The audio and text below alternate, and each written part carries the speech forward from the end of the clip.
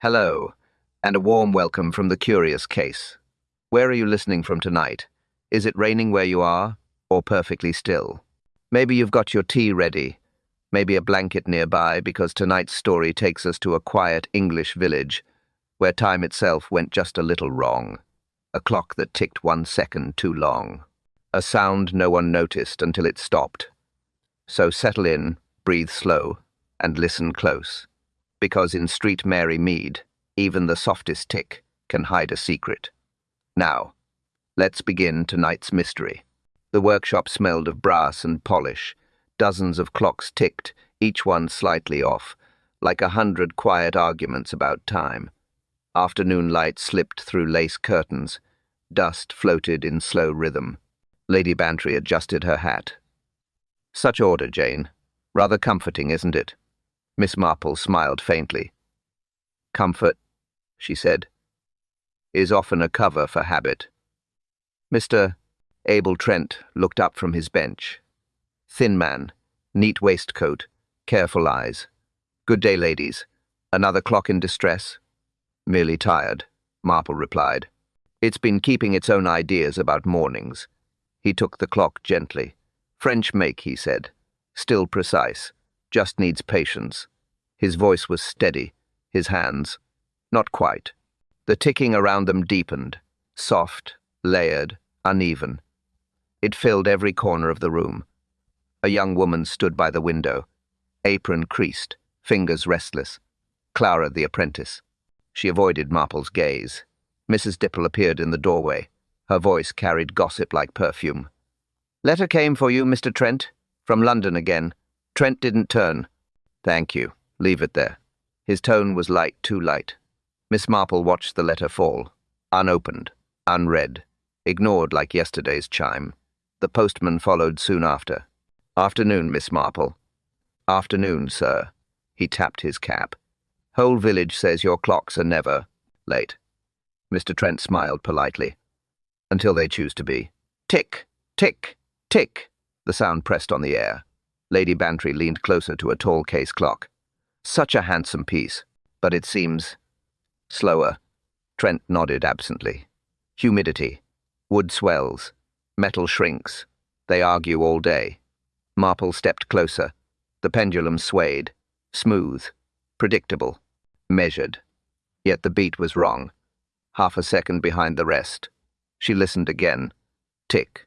Pause. Tick. A breath too long. A delay too deliberate. Lady Bantry laughed softly. Your ears again, Jane? Perhaps, Marple said. Her eyes didn't move from the clock. But sometimes a pause speaks louder than the tick. The pendulum swung once more. Slow, heavy, waiting. Miss Marple's needles clicked once in thought. Her voice was quiet. The second hand, she said, has skipped. Calm, precise curiosity triggered. The cottage was full of chatter. Clocks ticked softly under the laughter. Cups clinked. Plates chimed.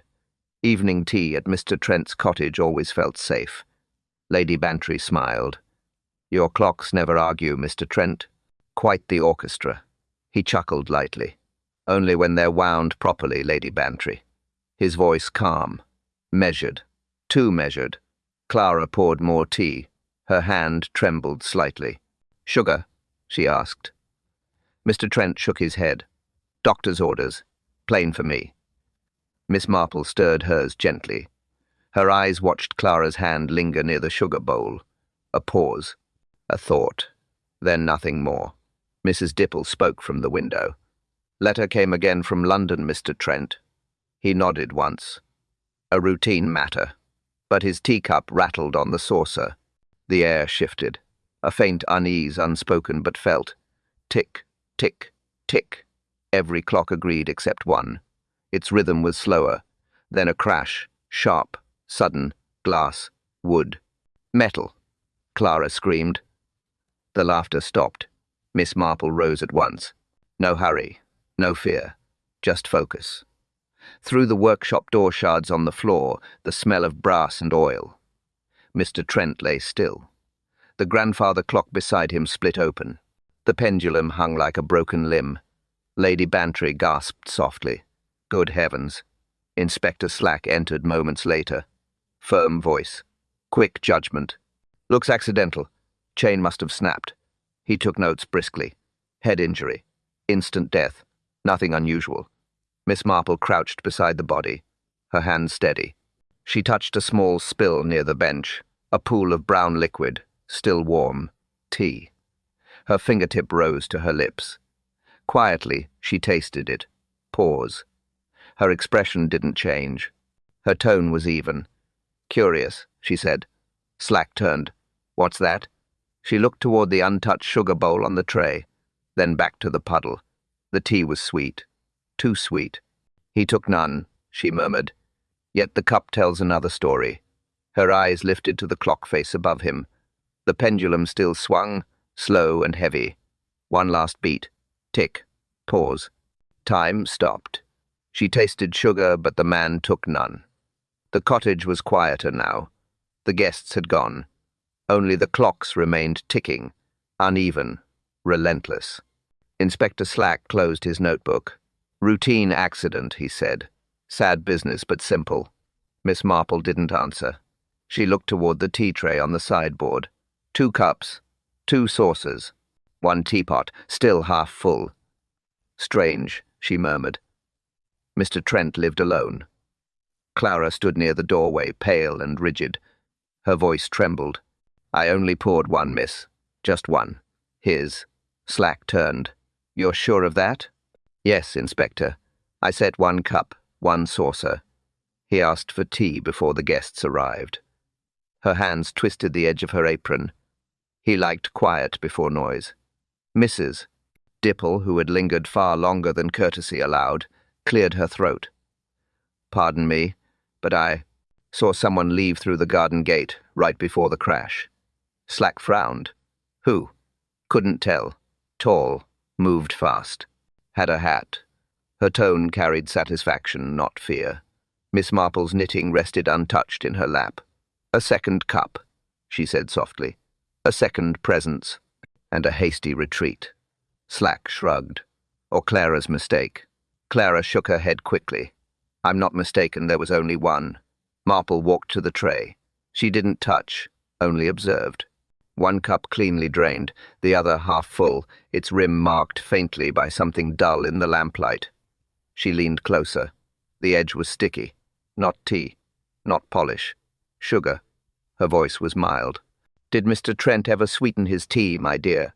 Clara whispered. Never. Doctor's orders. Slack exhaled loudly. Then someone else used that cup. Marple nodded slightly. Someone who drank in haste. Or pretended to. The room stayed silent for a moment. Clocks filled it again, 1 tick after another. The rhythm wrong, but steady. Mrs. Dipple spoke first. Well, whoever it was, they won't come back now. Perhaps not, said Marple, her tone calm, eyes still on the cups. 1 cup told truth. She paused, tracing the pattern of the rim with her gaze. The other, a story. Slack scribbled another note. What kind of story, Miss Marple? She turned slightly, watching the lamplight glint on the sticky edge. The kind that begins, she said quietly, when sugar appears where it shouldn't. The postman's voice drifted faintly from outside, distant, unaware. Midnight post, ma'am. Miss Marple didn't look up. Her mind was elsewhere. 2 cups, 1 hand that shook, 1 that did not. She smiled faintly. Time serves tea to more than 1 guest, Inspector. 2 cups, but only 1 heartbeat left in the room. The next morning the workshop felt different. Still tidy, still bright, but hollow. Inspector Slack stood near the workbench, his coat half-buttoned. He tapped his pen against the table. The winding key's missing, he said. Probably flew off during the fall. I'll have the constable search the floorboards. Miss Marple looked at the bench. Polished. Clean. Too clean. The key was brass? She asked quietly. Slack nodded. Yes. Heavy type. Round handle. She didn't answer. Her eyes had moved elsewhere to the small drawer under the bench. It wasn't fully shut. Just a fraction open, enough to show the pale line of dust where something had once rested. She stepped closer. Strange, she murmured. Slack looked up. What now? The drawer, Inspector. She touched the handle lightly. It's been open since the accident. Slack frowned. Could have been the constable. Could have, she said, her voice even. But he doesn't leave marks shaped like fingers. On the side of the drawer, faint smudges of grease curved inward, recent, uneven. Someone had searched here, and fast. Clara stood by the doorway, twisting a handkerchief. Her voice was small. Mr. Trent always kept that key in the drawer, said it was unlucky to lose it. Unlucky, Slack muttered. Seems right enough now. Miss Marple glanced toward the far corner. The big grandfather clock stood silent, pendulum still. Not broken, just stopped. She noticed a small streak on the glass, the outline of where the key once rested against it. Gone now. Slack straightened his coat. Nothing here points to foul play. No, Marple said softly. Only absence. He looked puzzled. Absence? She smiled faintly. When something disappears, Inspector, it tells a story, especially in rooms where everything else insists on staying still. Slack sighed. You and your stories, Miss Marple. He turned to leave. The door creaked. A shadow passed by the postman, Mr. Reed, cap in hand. Beg pardon, he said. Thought you should know I passed by here yesterday. Round 4. Heard the workshop clocks. Stopped ticking for a bit. Odd sound, that. All quiet. Then one big clang. Slack raised an eyebrow. Clocks stop? All of them? Mr. Reed nodded. Like they held their breath, sir. Then came that scream. The inspector scribbled another note. Strange, he muttered. Miss Marple looked at the silent grandfather clock again. The face glimmered dully in the morning light. She stepped closer, eyes thoughtful. When time stops before a death, she said, her voice calm, precise. It's never coincidence. The pendulum remained still, the air waiting. Slack looked back once more. Then what do you think it means? She didn't answer. Not yet. Her gaze lingered on the half-open drawer. Something once there, now gone. The clocks had stopped and someone had wound them differently. Morning light edged the bench. Tools lay in careful rows. Gears slept in a wooden tray. Everything looked obedient and clean. Miss Marple didn't rush. She watched where dust settled. She watched where it didn't. Her eye paused under the tray. Clara, she said softly, would you lift this, dear? Clara obeyed, hands a little unsteady. She raised the gears tray. Miss Marple bent closer. She didn't touch yet. She only looked. Tiny crystals caught the light. Lady Bantry leaned in. What is it, Jane? Grains, Marple murmured. Not sawdust, not polish. Clara shook her head. He never used sugar. Doctor's orders. Everyone knows that. Inspector Slack stepped nearer. He peered, doubtful and brisk. Spillage from last night, perhaps. Tea went everywhere, remember? Lady Bantry nodded thoughtfully. It could have splashed. Plenty of cups about. Miss Marple didn't answer. She took a knitting pin. She nudged one crystal gently. She watched how it moved. It clumps, she noted. Not scattered by splash. Edges are too neat. It's Saturday it waited. Slack crossed his arms. You're saying what exactly? Marple looked along the grain. The crystals formed a ribbon, a narrow, purposeful line. It curved to the vise. She followed the path, up past the bench lip, along the screw's metal neck, down to the rail below. Lady Bantry frowned. Tea would run differently. Broader, messier, random. Quite, Marple said. Tea leaves stains first. Then sugar dries after. This order is reversed. Clara swallowed hard. I wiped that bench. Twice, Miss Marple. No crystals were there. Marple's tone stayed gentle. It was added later. After wiping, after noise, when the room felt empty. Slack tapped his pencil. To what end, though? Marple glanced at the weights. She studied chain and hook. She studied the lower rail. Her gaze settled there. Sugar loves a joint, she said. It fills a gap kindly. It looks harmless enough, until it meets heat. Lady Bantry breathed slowly. Heat from tea? Or steam, Marple said. or a warm spill. Anything to soften clumps. Anything to change strength. She picked one grain up, held it in the light, let it fall deliberately. It landed where it started. Spills scatter outward, she said. Pores settle inward. They sit with intention. They mark a route. Slack glanced at Clara. You poured this, girl? Clara's face went whiter. I didn't, she whispered. I swear I didn't. Marple's voice stayed even. She may be truthful. We test the pattern. We test the purpose.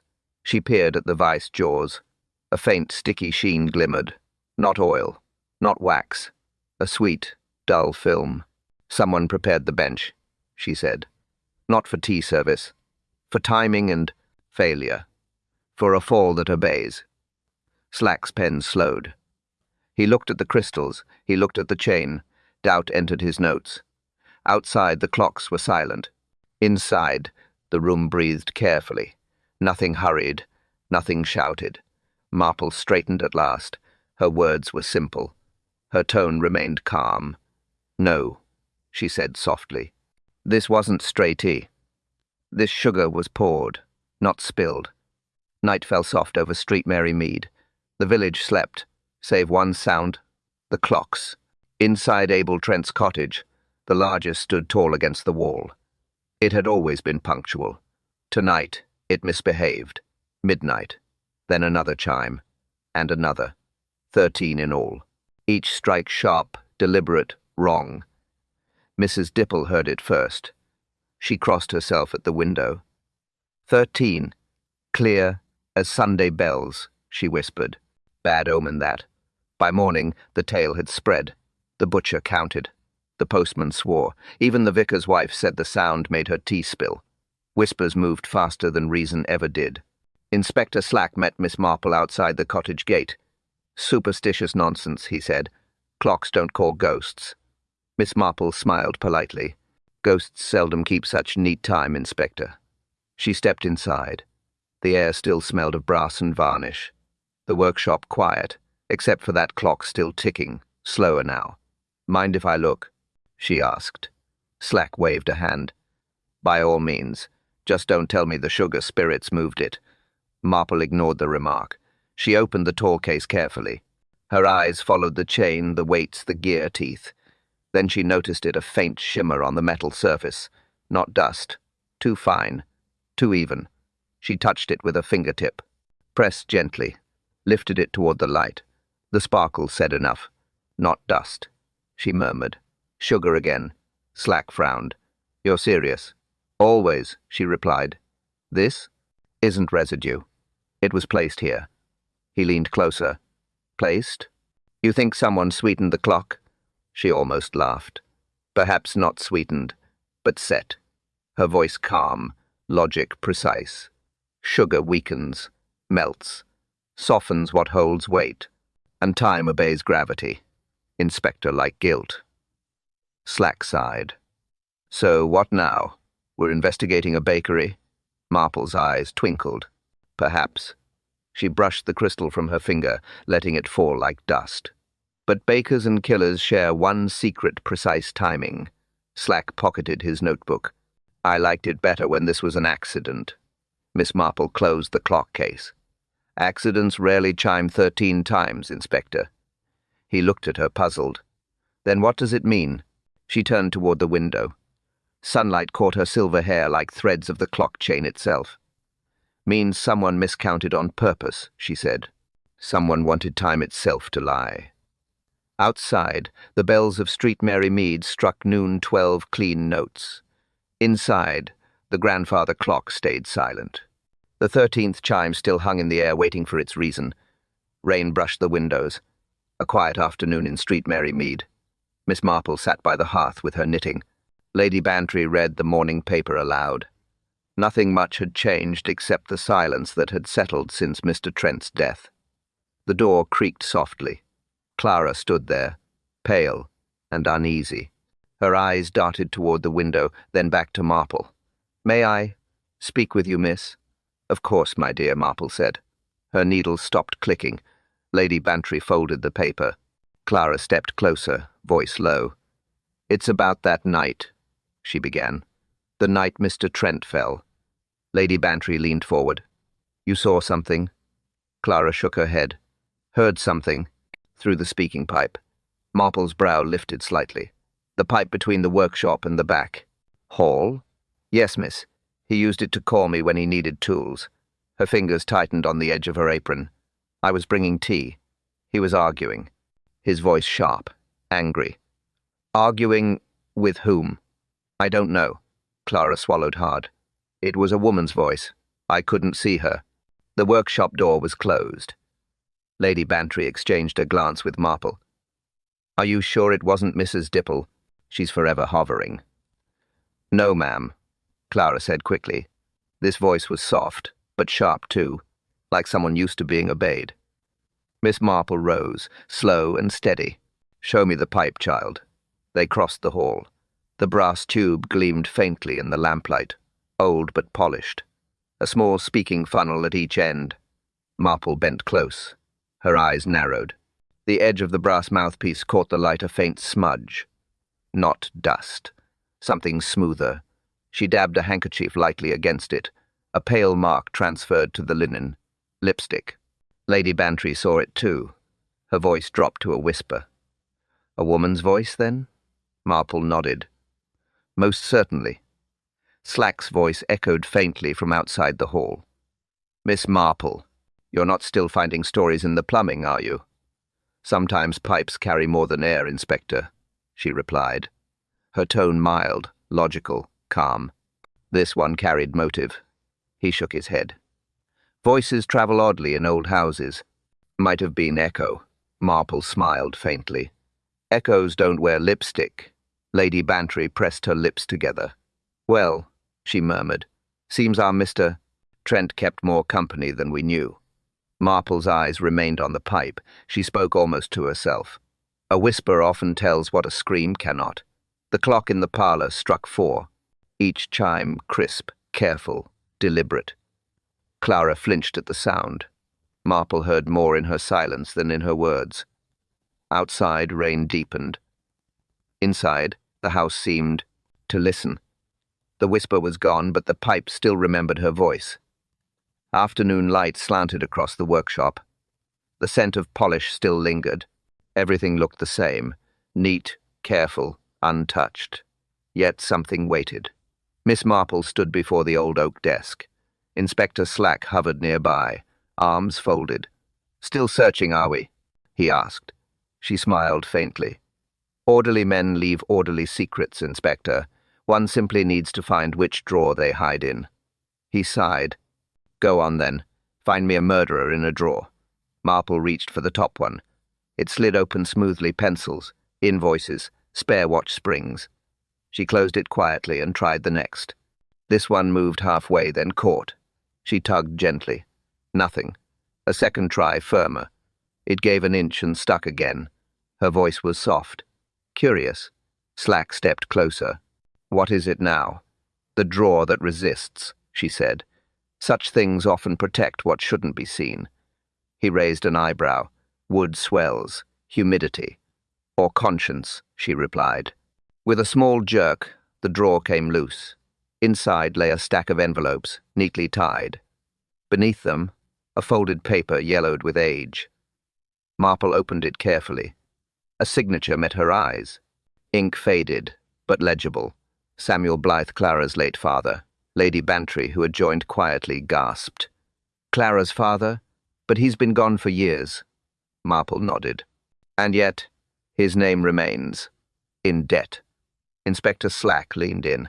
A promissory note, dated nearly 15 years before, sum owed, £20, payable to Abel Trent. Slack's mouth tightened.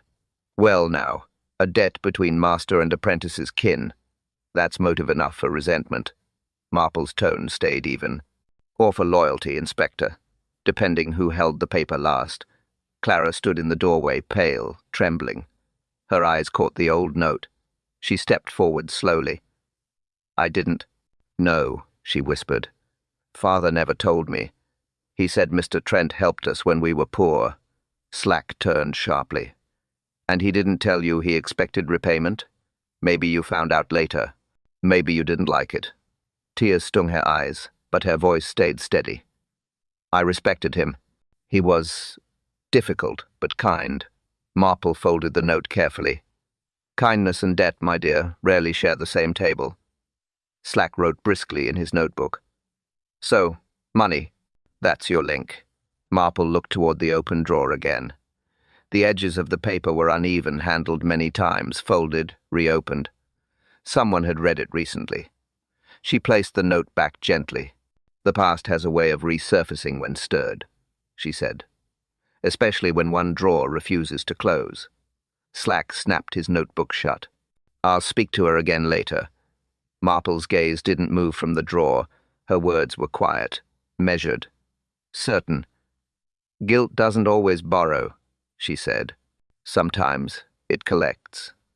And somewhere between ink and time, a debt had come due. The afternoon brought Mrs. Dipple to the cottage again. She never needed an invitation. Gossip was its own permission.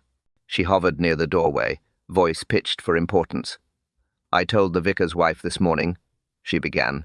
That poor Mr. Trent's death had something odd about it. Inspector Slack groaned quietly. Miss Marple, patient as always, smiled. Indeed, Mrs. Dipple. And what makes you say that? The woman leaned closer. I saw the girl, Clara, in the kitchen, before the raffle. She took 2 spoons from the drawer. 2? Marple asked mildly. One for jam, I suppose. Mrs. Dipple nodded eagerly. Yes, one for jam, but the other, she hid in her apron. Slack frowned. Why would she do that? Mrs. Dipple's shoulders lifted. She said it was for something else, but she wouldn't say what.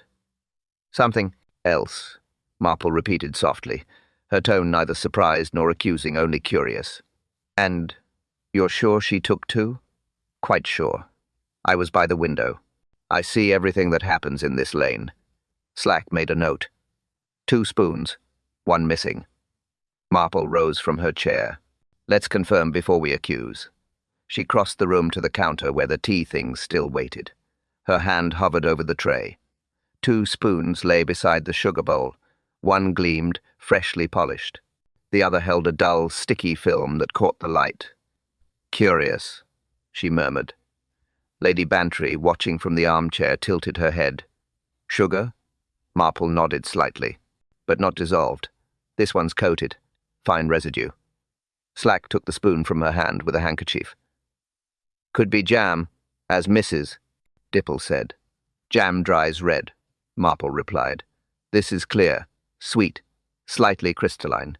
She brushed her finger lightly across it, pressed her fingertip together, then released. Sticky, grainy, deliberate. Not an accident, she said quietly. Someone mixed sugar with something heavier. Lady Bantry frowned. But why coat a spoon? Surely tea was easier. Marple's eyes flicked toward the broken clock by the bench. Because tea leaves trace, she said. A spoon does not. You stir once, and it disappears into motion. Slack shook his head. You think she used sugar to rig a clock? Marple didn't answer. She looked instead at the faint marks on the table where the spoons had rested. One circle perfect, one slightly dragged. Used, wiped, replaced. Patterns, she said softly. They always reveal intent. Even spoons tell their story. Mrs. Dipple huffed. Well, if you ask me, the girl knew more than she let on. Perhaps, Marple said calmly. But truth, like sugar, clings to the smallest things.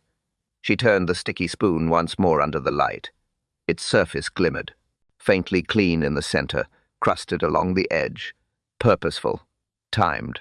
If sugar wasn't for tea, she mused, what did it sweeten? The answer waited, somewhere between sweetness and steel. The workshop smelled faintly of oil and varnish. Miss Marple stood before the great-grandfather clock, its case now open. The pendulum hung motionless. The chain that had fallen now looped loosely over the floorboards. Inspector Slack watched her work with folded arms. I still say the chain failed. Simple wear and tear. Marple smiled gently. Perhaps, Inspector, but wear does not glitter. She pointed to the length of thread knotted just below the weight. Thin, uneven, with a faint sheen that caught the light. Slack leaned closer. String. What about it? Not quite, she said. Feel the texture. He touched it, frowned. Sticky. Lady Bantry leaned in, wide-eyed. Jane, that's sugar. Marple nodded. Sugar indeed. Brushed on with care. See the residue along the knot? Someone coated this thread deliberately. Slack scoffed. And what's that supposed to prove? That, Inspector, she said calmly, is a trap disguised as timing. She took a small pitcher from the sideboard leftover tea, still faintly warm. With care, she poured a thin stream across the knotted part of the string. They watched. At first, nothing. Then, slowly, the thread sagged, the coating softened.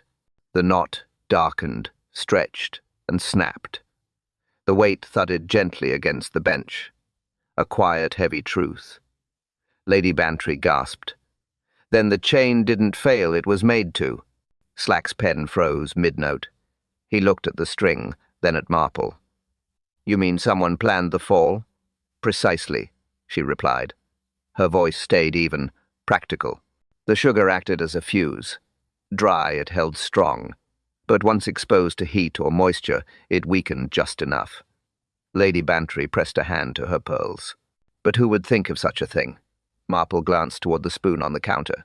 The same person who understood both patience and precision. Slack shook his head slowly. Sweet trick for murder. Marple turned the broken thread in her fingers, examining its frayed end. Sweetness, she said softly, is often the perfect disguise. She laid the string beside the chain, one clean break, one deliberate. This wasn't strength lost by time, she continued. This was design. Lady Bantry's voice trembled slightly, and when the tea spilled, the warmth did the rest, Marple said. The string melted, the weight fell, and poor Mr. Trent never had a chance. Slack exhaled. So it wasn't an accident at all. No, Inspector, she said, her tone calm, almost kind. It was timing. She looked down at the glint of sugar still clinging to the broken thread. It sparkled like frost under the lamplight. Sweetness can be deadly, Dolly, she murmured, when it knows when to melt. And somewhere in that room, the one who had timed it perfectly was still watching. The light outside had cooled to grey. The cottage, quiet again. Only the long case clock stood open, its gears gleaming like small secrets.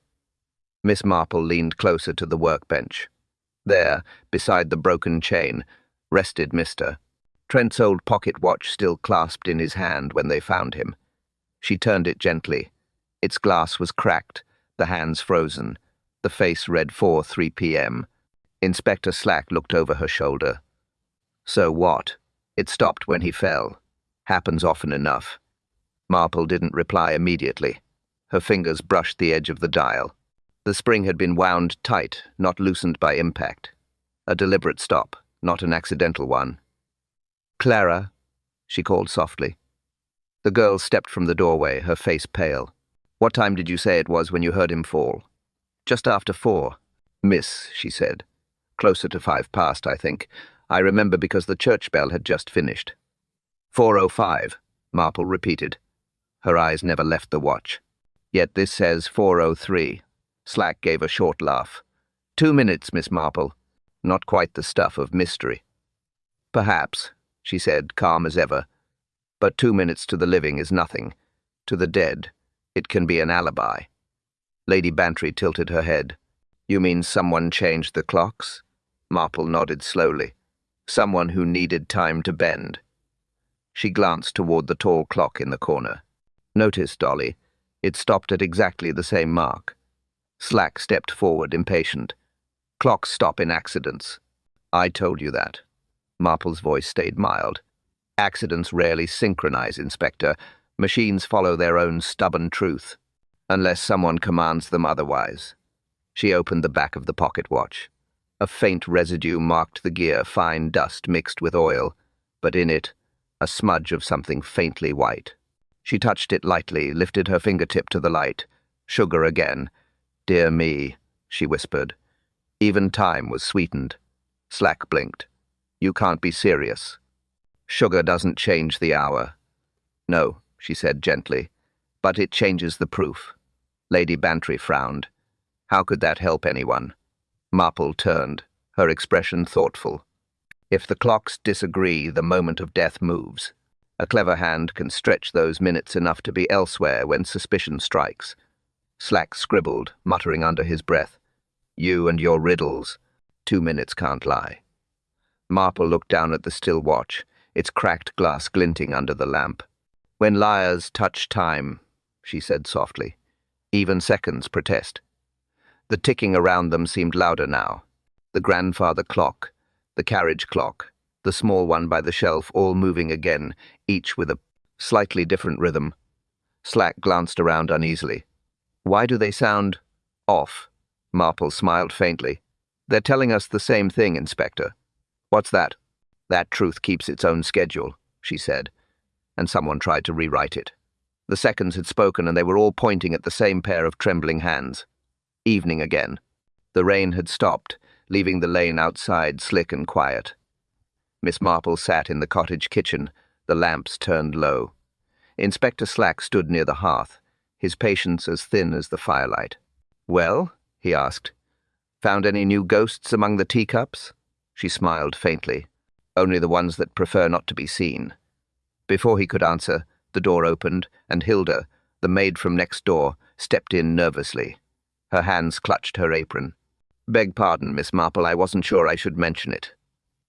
Then you most certainly should, Marple said gently. Go on, child. Hilda glanced between them, then toward the shelf by the window. It's about the cups. I was helping Mrs. Dipple tidy after the inspector left. When I moved the sugar tin, I found another cup behind it chipped, with dried tea inside. Slack's brows rose. Another one? Hidden? Yes, sir. I thought maybe it was just misplaced. Her voice dropped. But the rim was sticky, just like the one Miss Marple found before. Marple's knitting needles paused mid-air. Behind the sugar tin, you say? Yes, miss. I wrapped it in cloth and kept it safe. She pulled a small parcel from her apron pocket and unwrapped it carefully. The chipped cup sat dull under the lamp, faint traces of residue clinging along the rim. Marple took it delicately, turning it in her gloved hands. Her eyes narrowed at the faint shine where the glaze had cracked. Inspector, she said quietly, this isn't just sugar. Slack leaned over. You can tell that by looking. She took a clean handkerchief, moistened one edge and dabbed the rim. Then she rubbed the spot between her fingers, sticky at first, then rough, as though small grains resisted. Not pure sugar, she said. Sugar mixed with adhesive. A household paste, perhaps. Something meant to hold, temporarily. Lady Bantry, sitting near the fire, looked up. But what would anyone paste with sugar? Marple's gaze moved toward the clock parts on the bench. Anything that must look secure, she said softly. Something that needs to stay in place until heat or moisture dissolves it. Slack frowned. Like a joint, or a knot. Exactly. She studied the broken chip near the rim. A faint ridge of hardened syrup glistened under the lamplight. Whoever used this cup, she murmured, handled sugar as though it were a tool. Slack straightened, arms crossed. So what do we have now? 2 cups, both sticky, one hidden. A coincidence? Marple smiled faintly. Coincidence is a word we use when logic hasn't quite caught up. She placed the cup back on the table. The small sound echoed through the quiet room. To make something hold then fail, she said softly, that takes practice. Lady Bantry tilted her head. Practice? Marple nodded slowly. Yes, Dolly. Practice and purpose. Her eyes lingered on the chipped cup one last time. Like truth, glued too tightly. The cup had cracked, but the story it held was only beginning to break. The cottage was still, save for the quiet scrape of pencil on paper. Miss Marple sat at the work table, spectacles low on her nose, sketching in neat, tidy strokes. Each line meant something. Each arrow connected logic to consequence. Inspector Slack paced behind her. He'd long abandoned his patience for her slow precision. Another of your diagrams, Miss Marple? I prefer statements to scribbles. Marple didn't look up. Statements. Fade, Inspector. Patterns stay. He grunted but leaned closer despite himself. What's all this then? The order of time, she said simply. First, the tea was poured.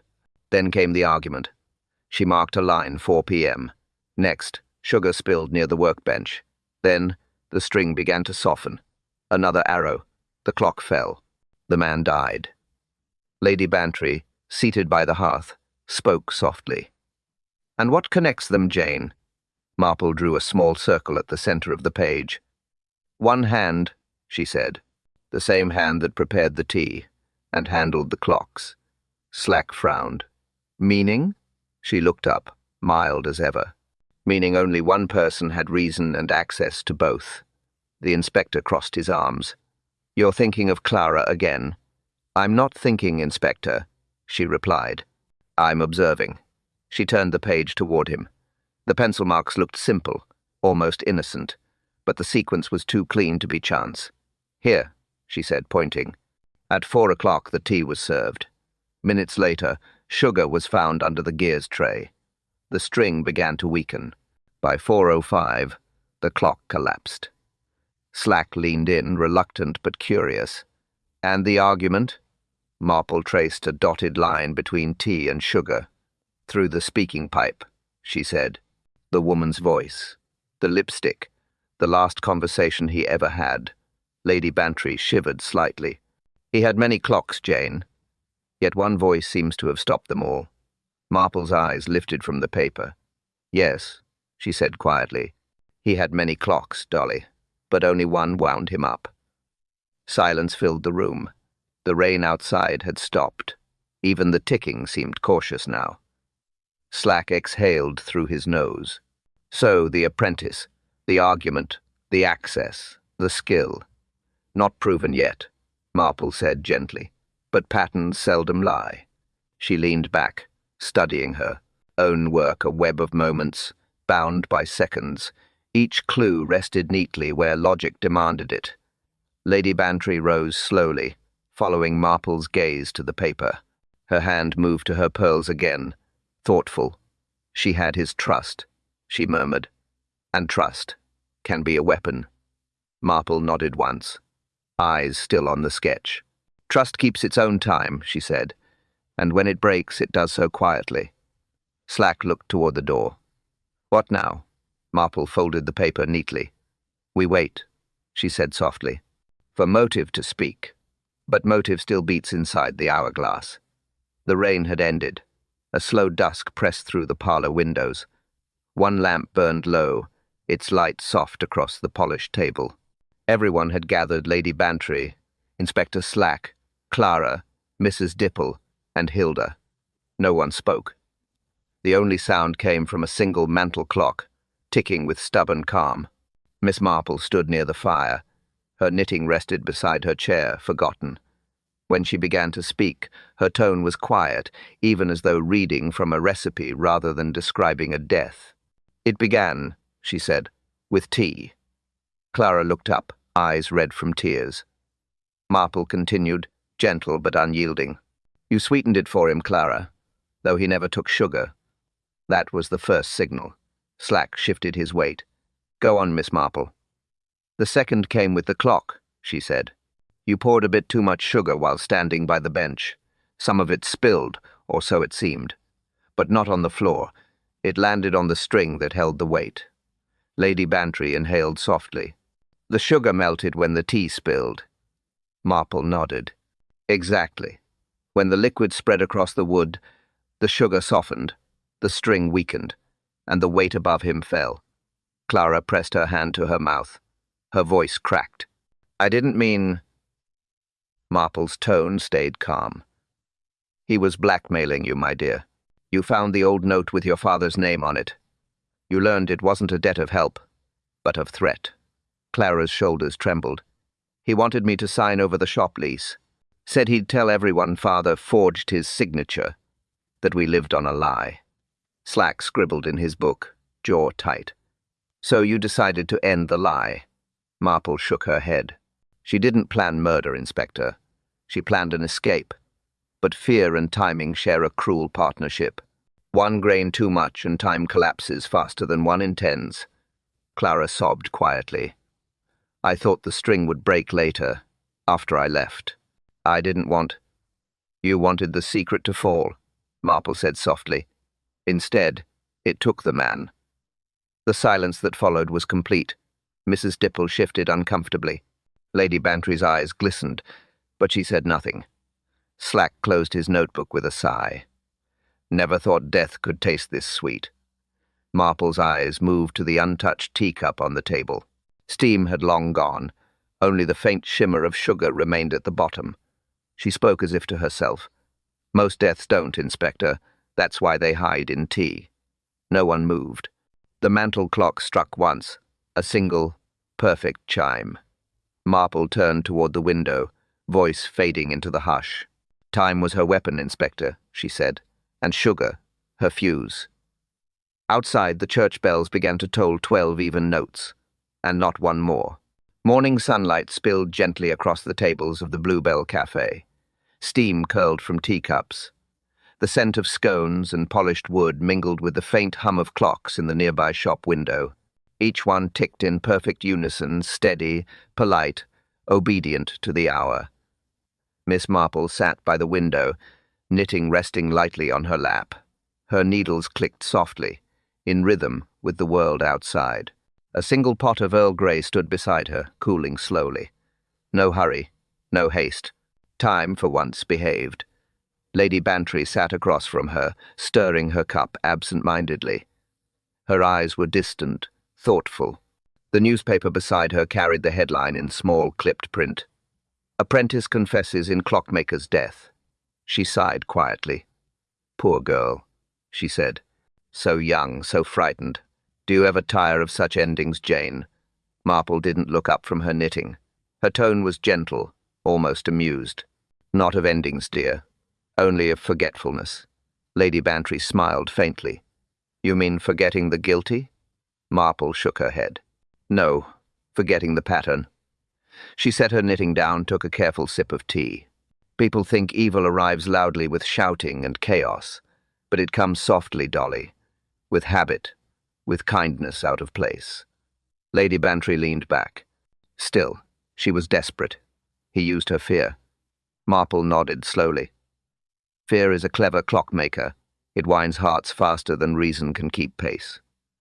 Outside, the bells of street. Mary Mead struck 9. Their tone was clear, calm, not 1 second late. Marple glanced at the clock shop window across the street. Rows of gleaming faces ticked together, hands moving in harmony. For once, all in order. Lady Bantry followed her gaze. Strange, isn't it? After all that, the clocks seem peaceful again. Peaceful, Marple said softly, is what comes when truth finds its proper hour. She turned back to her cup. The tea was nearly gone. Only a few flecks of sugar glimmered at the bottom untouched. Lady Bantry broke the silence once more. You've seen too much of this sort of thing, Jane. You make it sound so ordinary. Marple smiled faintly, eyes still on the ticking beyond the glass. My dear, wickedness rarely shouts. She paused. The clocks struck together again, a dozen heartbeats of order. It whispers, she said, through the ticking of time. The cafe door opened, letting in a breeze that rustled the morning papers. Miss Marple gathered her knitting, slipped it neatly into her basket.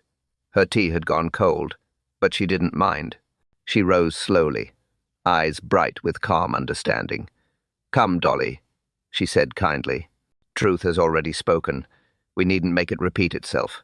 Outside, every clock in the window struck once, not a second out of place. And Street Mary Mead carried on, steady as time itself. Thank you for joining us tonight, in our quiet corner of mysteries. I hope your tea stayed warm, and your curiosity warmer still. Now tell me, which clue gave it away first? Was it the sugar, or the clock, or perhaps that faint whisper through the pipe that started it all? Share your thoughts in the comments below. I always love reading how early you spotted the truth. Every listener sees a different pattern, and that's what makes these evenings so special. If you enjoyed tonight's mystery, Don't forget to subscribe and tap the little bell so time never steals your next story. And if you'd like to help keep these cozy tales brewing, you can join our membership or buy me a tea in the links below. Until next time, may your evening stay calm, your clock stay honest, and may truth cool slower than tea.